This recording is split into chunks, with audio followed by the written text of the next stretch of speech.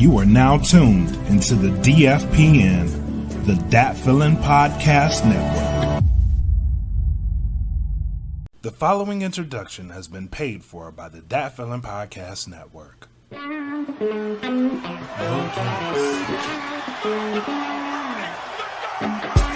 is the No Gimmicks Podcast.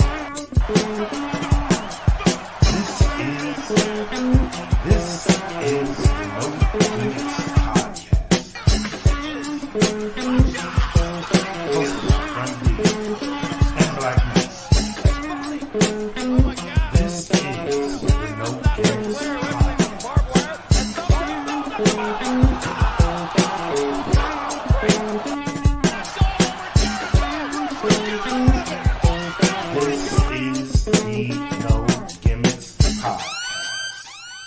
The following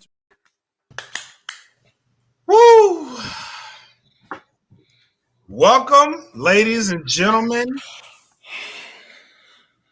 to a special Friday edition of the No Gimmicks Podcast.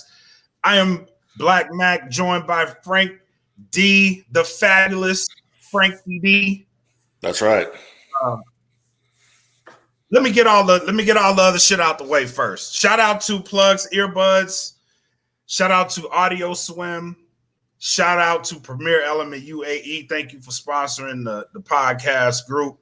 Subscribe to the Bandcamp, www.datfelon.bandcamp.com. Join the Patreon. This episode will be ad-free on the Patreon. And then we have the merch over at the Teespring. So go and cop the merch. Now, tonight was heavily hyped for months. This was the promising of the dawning of a new era in AEW. And tonight, they did not waste time. Opening of Rampage. The United Center is going absolutely apeshit off. One second, bro. 1 second. Go ahead. So I'm looking at the chat right now, right? So we got Jessica who's watching this right now. She says it hasn't come on yet in Vegas. Jessica, I'm sorry, sweetheart, but CMPunk is fucking back. Listen. I'm sorry. Yeah. Bree Love. I'm sorry. Yeah, we got to talk about this shit, bro. We got to talk about it. The United Center was going fucking bananas. As soon as the pyro and shit was done, the chants had started. And I don't know who made the call, but kudos to you because you were like, we are not wasting time. Get them the fuck out there right now. That's the only way that this show could have started is with CM Punk. Okay, you had to start it off the way. And I'm telling you right now, as a person who's been watching wrestling, sports entertainment since 1989, bro, I have never marked out as big as I did tonight watching CM Punk come back. The fucking cult of personality hit on the. I'm like, oh my god, whoa, oh my god, dude, I got goosebumps now thinking about that shit. As soon as that shit hit, that place came absolutely unglued. It was, and I said this earlier before we went on the air, I have not felt that way about a debut since the Attitude Era. I have not felt that way about, and the crowd was just fucking unbelievable, bro. Like Chicago was fucking awesome. Chicago has the best fucking fans. Yes, they do. It's between Chicago, New York have the best fucking fans. Yes. Period. And just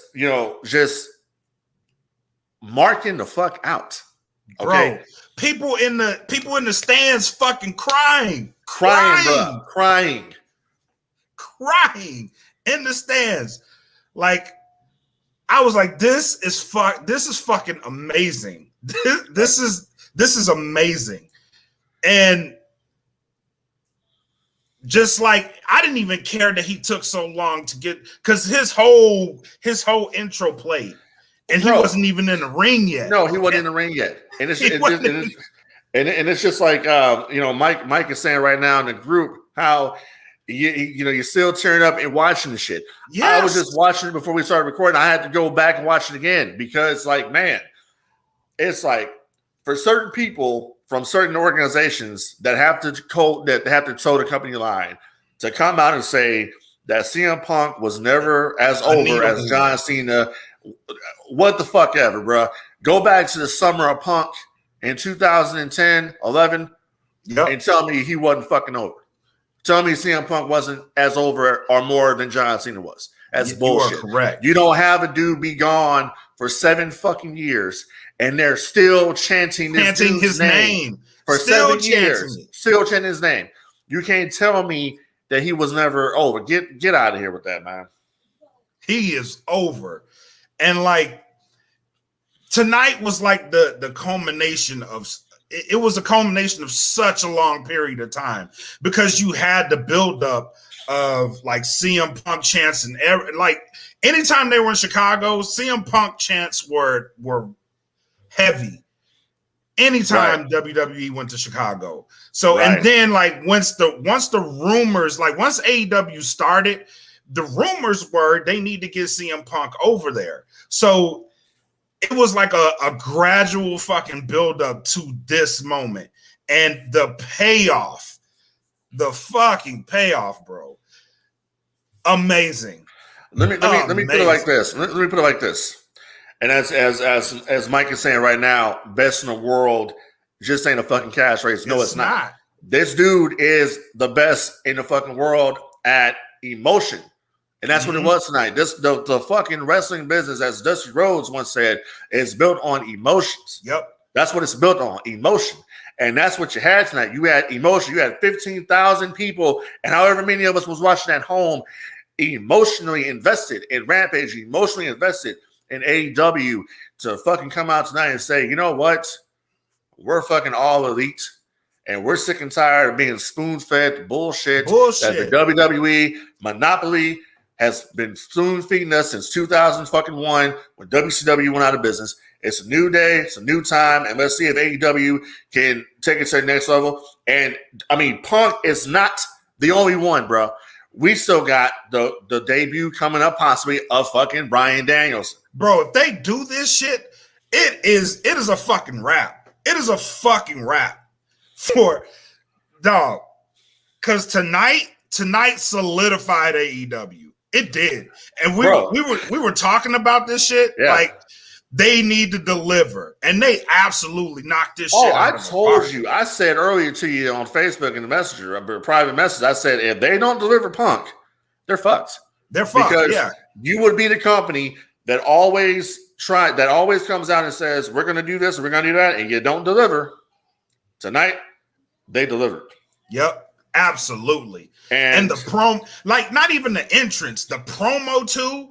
The promo when he cut it and then like he took off the sweater and he had the merch sites all broke. They all I'm gonna get one. I'm gonna get one. I know you are. Yeah. So I know you are.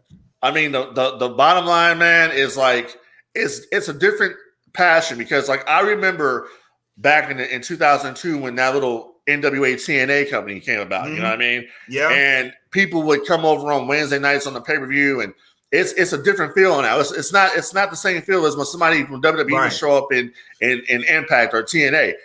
This is us. Listen, whether people want to admit it or not, and whether WWE wants to admit it or not, AEW is fucking competition. Oh, whether you want to admit it or not, they are your competition. They are competition. They're on a competition, and they're on. And quite frankly, the thing that I love the most about AEW is the fact that it's on the same fucking network that once whooped your ass before, and I'm talking about the old WCW. So that's the beauty part about it. Yeah, it's beautiful, man. It's beautiful. And the free ice cream bars. Yes, the free ice cream bars. That shit was amazing. Yeah, that was money, bro. That was nutty. He was like, we're gonna give everybody, just grab you one. They're all free. Right. Like That was awesome. Bro. And just think of the matches that you could possibly be seeing here in the future. You can have CM Punk versus Kenny Omega. You can do CM Punk versus Christian. You can do CM Punk versus a Matt Hardy. You can do CM Punk versus Andrade. You can do CM Punk versus Penta. Bro, I'm so many excited. people that you can put them in there with. We could possibly even see CM Punk versus Sting. We probably could. And it wouldn't make fucking sense. Exactly. Because he's doing Darby. He's doing Darby Allin is his first match at All Out. And how he set that up was great. He set it up perfectly. Knew he was up there. Look up there at him. Oh my God. Let me tell you something, man. When I saw Sting up there in the Raptors, that was 13-year-old me in 97 watching WCW Nitro. Because I remember that building. He was in the Raptors. He came down and came in there with Macho Man. They did that whole angle. So that's like AEW, honestly, is the closest thing we will ever get to WCW. Yeah, you are right. Period. You are right.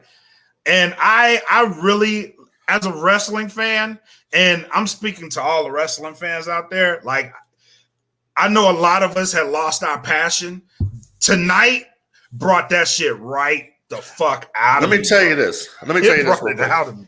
So, as you know, a few weeks ago, I attended Dynamite in Austin, Texas. Right. And I said it was probably the best wrestling show I ever went to in my life. It was just everybody, the crowd was so energized. The crew there was having fun. The referee, Audrey, all the referees were having fun in the ring with Justin Roberts. They kept the fans engaged. Tony Schiavone was out there having fun as well. It was a different atmosphere. I went to Raw this past Monday night at the AT&T Center, the go-home show for SummerSlam, and I was bored out of my fucking mind. And that's bad. Bored. I left the show. Usually I sit through the entire show. I stayed there through Dynamite, through Dark Elevation. I stayed there to the end of the night when Eddie Kingston did his farewell speech out there for us to go home and get home safe. Right. The other night the New Day came out there, I just got fucking left. God, I didn't want. There was no energy for that show. That show is fucking horrible. And I'm not going to come out here and say, I'll be a WWE hater. I'm not a WWE hater. I'm just sick and tired of them insulting our intelligence as fans. That show is crap. When you have the Peacock Network and WWE Network up there, and you have to basically go back and it's a bad thing for WWE because you have all that videotape up there, and you go back and see how it used to be. Right. How fun you used to be. Go back and see some of the Raws that used to happen in San Antonio, how fun they used to be. This shit the other night was crap, bro. It was horrible. Yeah. You are right. And that's the key thing. What you said is the key thing. If the crowd's not having fun and watching your video, because you did post a couple of them of you at Raw, watching the video, the crowd wasn't engaged. And it's not like that. It portrays itself on TV, right? If the crowd's not engaged, it looks like the crowd's not engaged. I don't get that feeling from an AEW show. I don't. No, the crowd is engaged damn near all night. Yeah, looking there at Mike's comment here, he says he took his daughter to the AEW in Denver right after Moxley won the championship, and his 6-year-old daughter was there with him, and she was in heaven and can't wait for AEW to come back. That's what I'm talking about. Right. That right there is the passion that the fans have for it. And exactly, it's like Brian Zane says, like what you like, it don't be a dick. You know what I mean? Yeah. So we already know, so Punk is going to be on AEW Dynamite this coming Wednesday. He has a match at All Out with Darby Allin. Correct. So I'm kind of interested to see what they're going to set up here, and where they're going to go from here. Now, being that Punk is now All Elite, what the fuck does this mean for the rest of the business? Well, to WWE, they don't care about it. But if you didn't care about it, WWE, then you would never had Roman Reigns go out there and say the bullshit that he said. Why would he come out? Why would you automatically come out the night before CM Punk is the debut for the competition? Would he even mention him? If this was back in the day, in WCW day, Vince would never even have acknowledged this shit. Vince never acknowledged Eric Bischoff. Vince never wanted to acknowledge WCW on TV. And when he did acknowledge WCW on TV, you know what he said? He says, they exist, and they exist solely because of the World Wrestling Federation. That's what he would say. Yep. So you trying to come out and have Roman Reigns, well, let's be honest about it here. I like Roman Reigns. I like his heel. Yeah, I like his heel work. He's been doing his shit. But bruh, it only happened when you became a heel. What about what about the push that was happening before then that you were pushed down our throats, for the past few years? Main event WrestleMania after WrestleMania, Triple H, Brock Lesnar, whoever, Undertaker trying to get you over. You weren't doing jack shit, bro. And to be honest about it, you still ain't proving nothing because now we're in a time now where the fans are back now. You were doing all this your best heel work was doing when you were in the Thunderdome. So let's see who's over. Let's see if you can maintain the momentum of being the head of the table and the tribal chief. Because I'm gonna be honest with you, I don't give a shit about John Cena versus Roman Reigns because I've already seen it. Right. To be quite honest with you, to be very honest with you, I watch SmackDown. Right. I like to look at SmackDown. I didn't even turn the shit on tonight. And Roman for Roman and the Usos. Right. I didn't even turn the shit on today. Right. I don't need to watch it. I'm good. I am good. Jessica Breedwell says that she's going to be at SummerSlam tomorrow. So she's going to let us know how the energy is inside the building. Yeah, let us know. Let us know what it's I'm like. very curious about that because it being a dome set or a stadium setting, I'm very curious to see how the acoustics are going to work in there. Right. I'm interested in that too.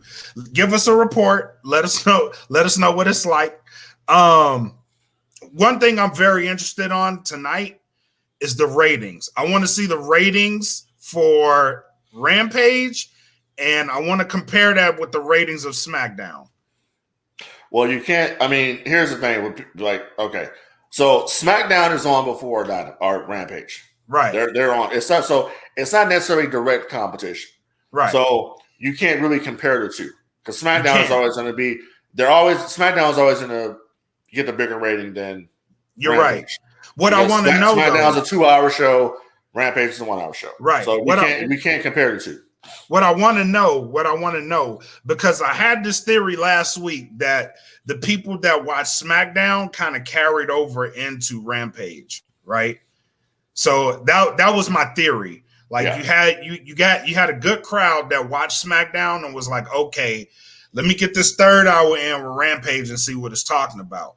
Now I want to see with Punk debuting tonight, I want to see what that rating looks like.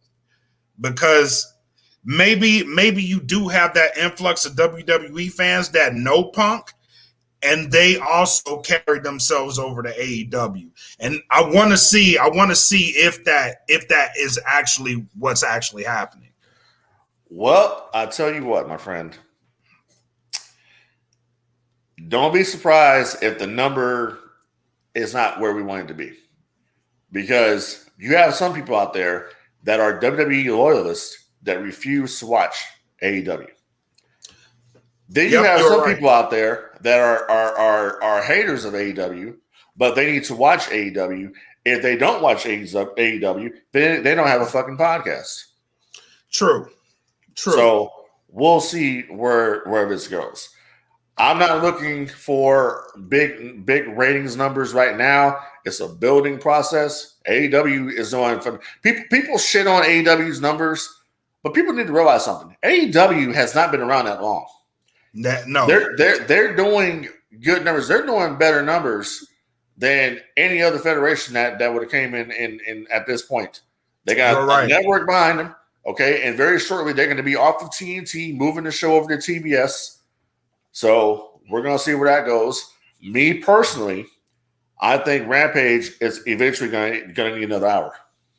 Oh, yeah, most definitely, especially after the night. If you watch Rampage tonight, like in my mind, I was like, this hour fucking flew by. Right.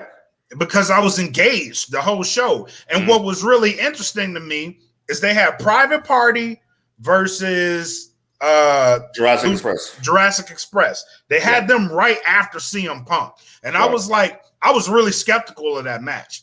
I was like, I wouldn't have put this match right after CM Punk because it has the potential to flop.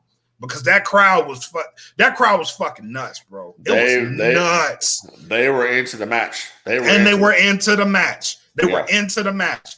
And they were hyping the fuck out of that match. The crowd was, because they were giving the crowd a reason to stay engaged to the show. And I was like,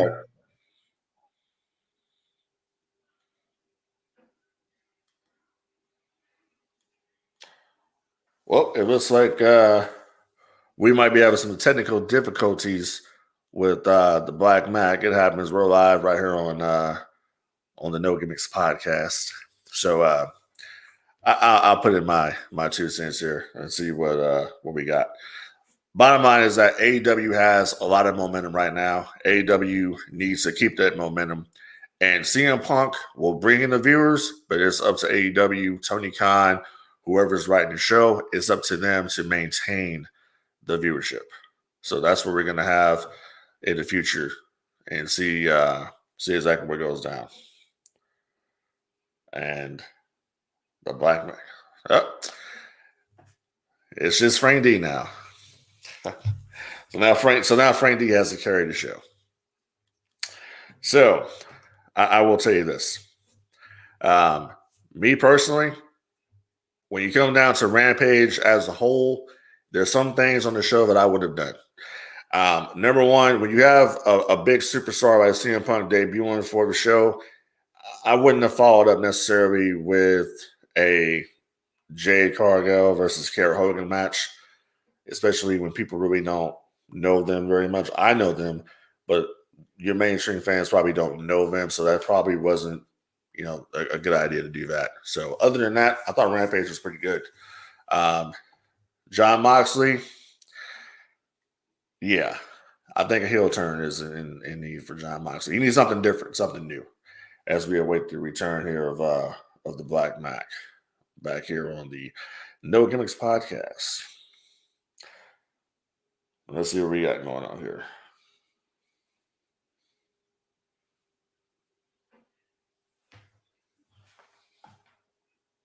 Well, we don't have the Black Mac yet, and Frank D's going to continue to carry it. So let's go ahead and let's talk about something else that I'm passionate about here. Let's talk about Halloween. Halloween Kills coming up next October. And hopefully this time around, we'll actually go and get the movie in the theaters. As you can see behind me, I'm a big Halloween fan. I got the mask up there here in my my man cave. And I would definitely love to see this movie be successful. I'd love to see them come out with future Halloweens. I hope Halloween ends in 2022. It's not the end of the franchise. I don't think it will be. I think that we're going to see more movies because more movies is profitable for Blumhouse and whoever's going to get the rights to the studio or rights to the movies after Blumhouse is up. I mean, I think that's where we're at with this.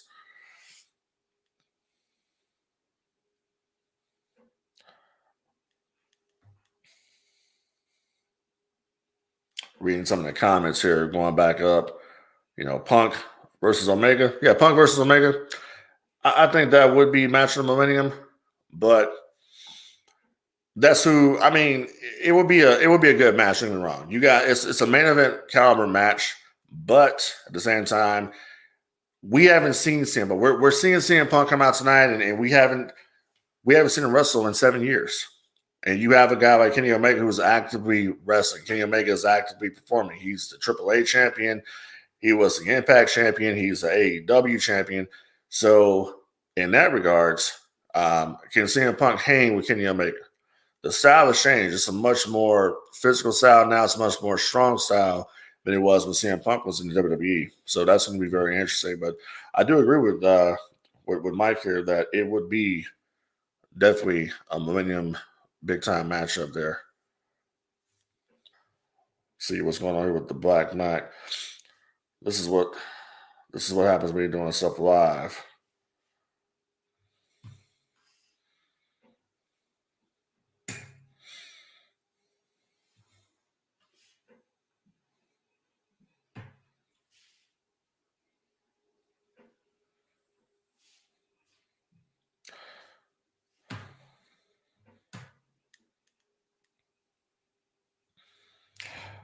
Well, looks like Mr. Black Mac's internet over there. I guess it flaked out on him.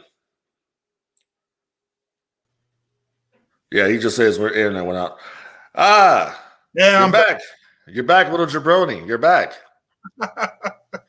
Yeah, Frank D. Back. Yeah. The Frankster brother. I was trying to carry this thing here, and I was running out of shit to talk about. I started talking about Halloween Kills for a minute there because I'm a big Halloween fan. The Halloween mark. When does that come out? It comes out October 15th. Okay.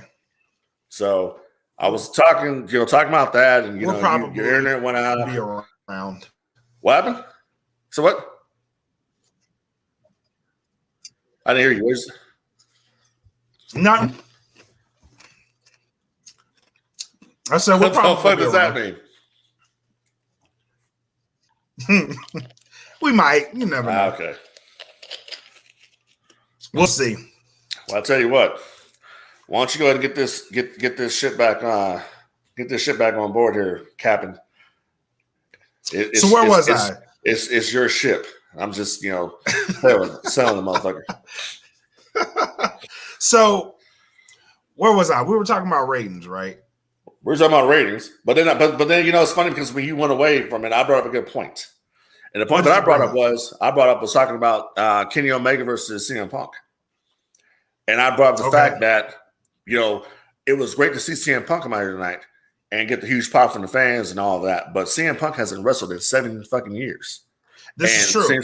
Since he's been gone, the style has changed a lot. It's gone from the style he worked in WWE to the more strong style of Kenny Omega, who bring that New Japan style to AEW. So that's why I was talking about. Can Punk hang? Especially Punk is an older guy now. Can Punk hang with a Kenny Omega? I'm gonna go out on a limb and say yes. The reason I'm gonna say yes is because he did do a lot of MMA training. So his body is kind of conditioned to the rougher parts of what they bring to AEW. Right. Now, whether his cardio is still in wrestling shape, I don't know that. That remains to be seen. But I'm going to go out on a limb and say he's ready. He's ready. I think he can still go. Well, good. I'm glad to hear that. I hope that he actually will get a win, unlike in MMA. Yeah. Although that was overturned. So that is true. That's true. He got it. That is true. I'm just breaking balls. Nah, I think it takes a lot of balls to step in there, and that dude went in there without a lot of training. I agree. Man. He didn't have that seasoned training that most of those guys have. So I give him all his props in the world for going in there and dealing with that shit. Cause they real. I ain't doing that. So let me ask you this question real quick. So in saying that, when you look at AEW as a whole, as I brought up when you were gone, I said CM Punk will bring in the viewers. It's up to AEW to maintain them. And you're right. Do you think AEW can do that? I mean, because let's be honest here, we're all feeling good tonight. CM Punk came back. There's still a lot of bullshit on that show. You are right. You are right. Now, if they can weed that shit out, if they can weed it out and bring a good product, yes, they will keep them. But it's gonna take a little bit of work. You know what I mean? Because you have guys like you have a Miro on your show, you have John Moxley on your show. You have fucking not Blackheart, fucking Malachi Black on your show. Like you have names on your show now. Lance Archer. Lance Archer. Yep, you have names on your show. And if you could put this together where you have a solid story from guys like that, and you can elevate some of your younger talent to make them look good, i.e. MJF, yes, you can keep the viewers. God. Bro, I didn't even think about MJF. I mean, MJF versus CM Punk. Did you imagine that banter on the mic going back and forth between MJF and CM Punk? My God. Fucking money. And this is why I'm so excited, because but don't forget that we got a lot of young cats in AEW too that can use that rub, and not just MJF. I'm talking about, you got Ricky Starks back there. Yep. You got fucking Powerhouse Hobbs back there. Yep. You got a bunch of cats back there. You got Dante Martin's fucking coming up. You got a bunch of talent. You have a bunch of talent that you can elevate, which is why I loved his promo, because his promo was, all right, I want to work with some of these young guys. And then immediately calls out Darby Allin, which I thought was great. So him starting. But Darby Allin called him out first. Yeah, he did. Yeah. Like, if you are the best in the world, come to Chicago. Right. He said, here I am. Right. Here I am. Yeah. So it's a great time to be a wrestling fan, bro. Oh, hell yeah. It's a fucking great time to be a wrestling fan. Yeah. This is like I said before. This is, to me, it feels like, you know, the Monday Night War kind of, but different. Yeah. And it's actually real competition. And with the releases, the amount of releases that WWE has had in the past 3 months, I mean, who else do you think AEW could pick up? And I'm not saying like AEW is a place where everybody needs to go there and they need to be hiring everyone. You don't want to do that. But if there are people that can go to AEW that can help AEW, I think those people they should be looking into. And I mean, it's a no, you know, I mean, I don't even think about it. Bray Wyatt can help AEW. Bro, if fucking Bray Wyatt shows up in AEW, it's gonna be fucking bananas. You know what's funny? It's gonna be fucking bananas. You know what's funny though? Bray Wyatt's no compete clause with WWE comes to an end around Halloween. So let's say that AEW was to put on a Halloween kind of Havoc kind of show, a Halloween themed show somewhere, and a Bray Wyatt shows up on that. Because my thing is the guy came up with his character himself, and I'm pretty sure at this point we all know that WWE probably owns the intellectual properties of The Fiend and Bray Wyatt, but he's smart enough to come up with something else himself. Look at Aleister Black. Malachi Black is working.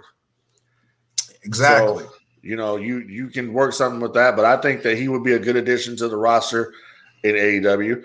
And I mean, it's money.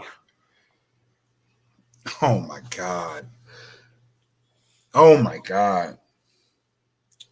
Not to mention, and I'm going to throw this out here, the Bullet Club is slowly forming itself to invade AEW. Yeah. I saw that. I saw the GOD little face to face with the Good Brothers. And you're right. It's either going to be AEW or it's going to be Impact. It's going to be one of those two places. It's one or the other. It's one or the other. Yeah. And I also saw the AAA championship match between Andrade and Kenny Omega. Kenny Omega the other day.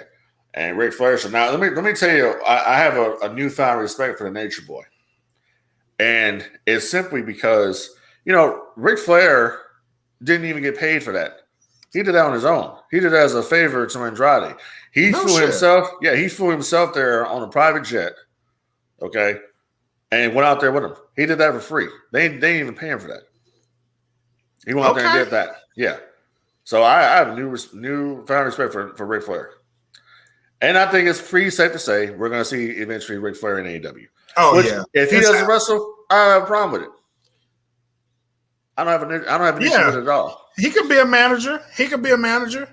And he could do what he's doing. He could do what he did at AAA. Just go with Andrade.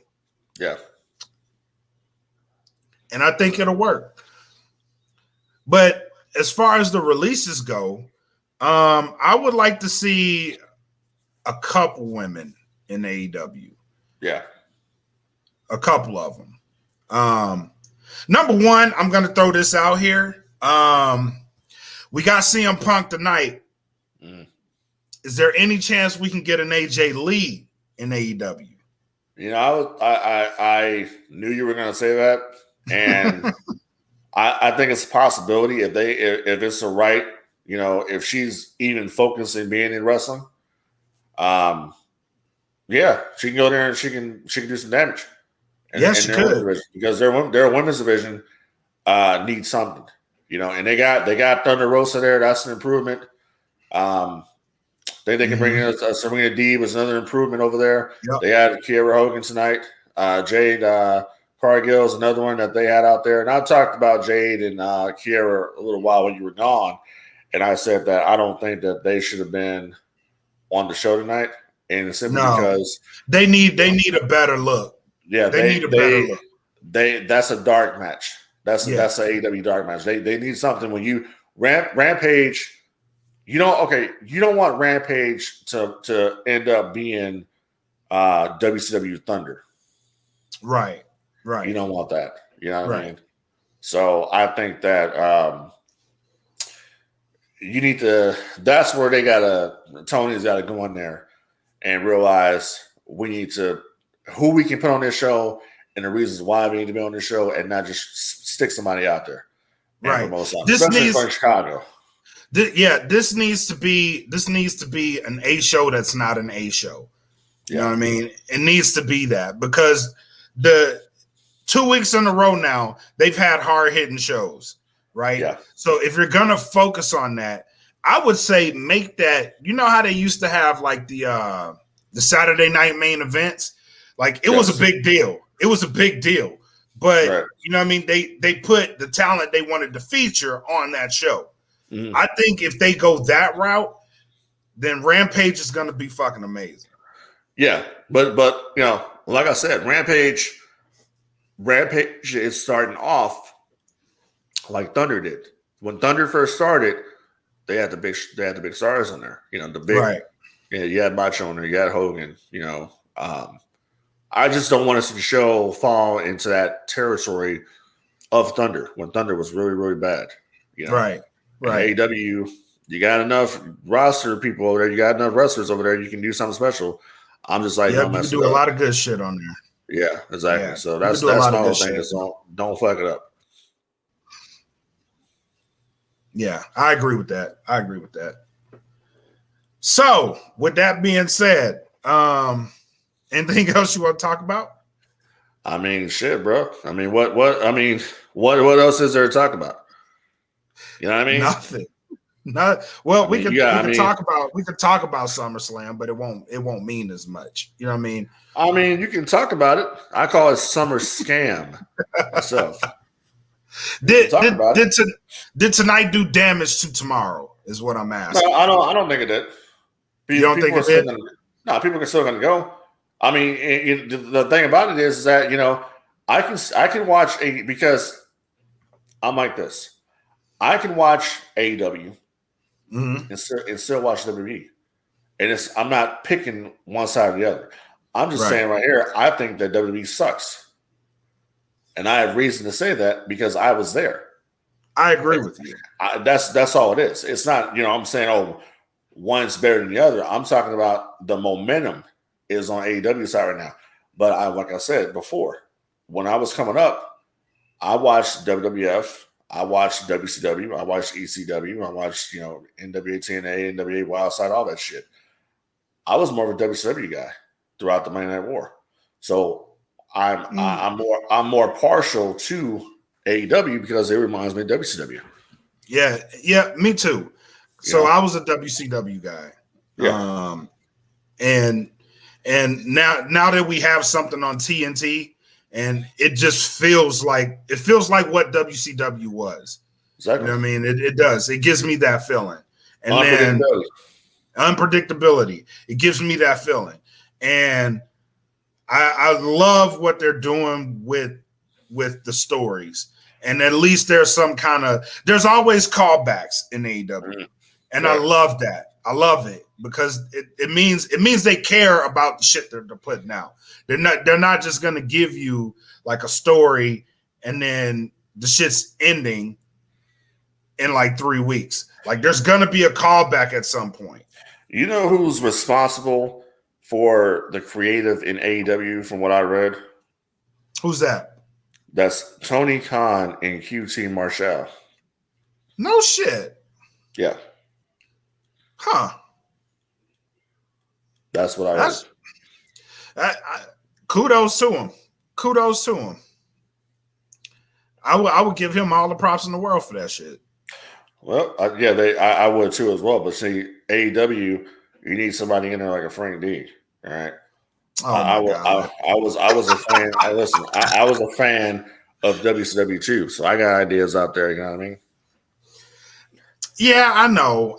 Like, come on, let's have that. Let's have Batman come to Haddonfield and grab the Michael Myers. Are you serious right now or no? I'm dead ass.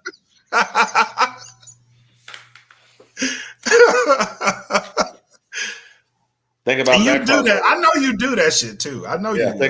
Think about that crossover. I know you would. You absolutely would. Yeah, I gotta turn my water bottle around because we're not sponsored by the Dasani. Nah. I was talking to somebody about water the other day, and I'm like, Dasani's fucking gross, bro. Stop drinking Dasani. Hey, you know what? I'm drinking Dasani right now, and it's fucking great.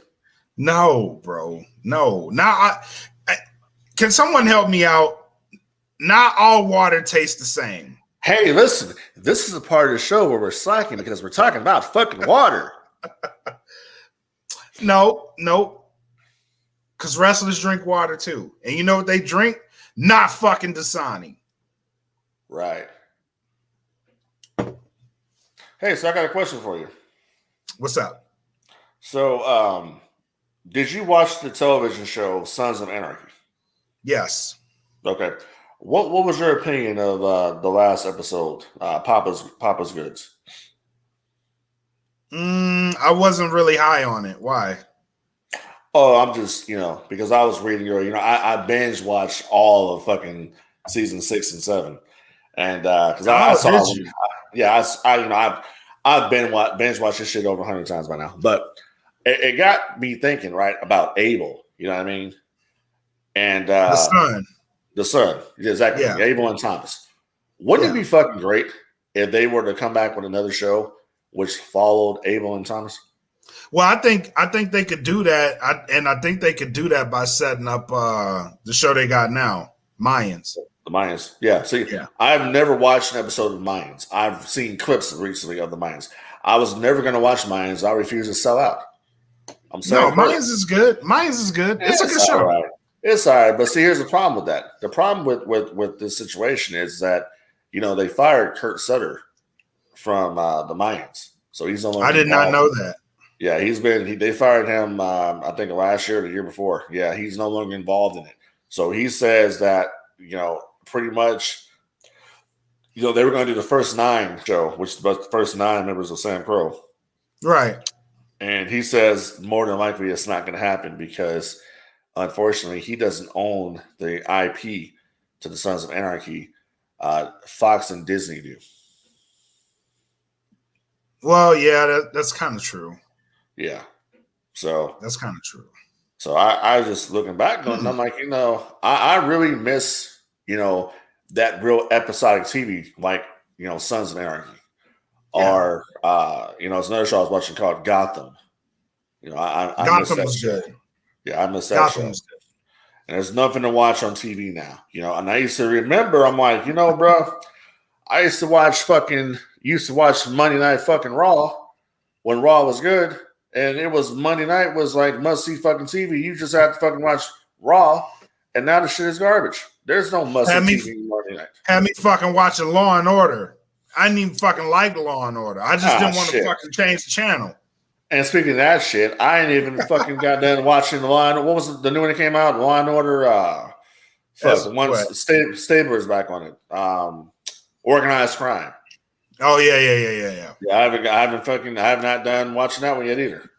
Yeah, I used to be all over Law and Order, and then they switched that shit to NCIS, and I used to watch all that shit because you know what, Raw's about to come on, and I need a reason to be at my grandma's house, so I'm watching Law and Order, and I'm watching Raw right after that.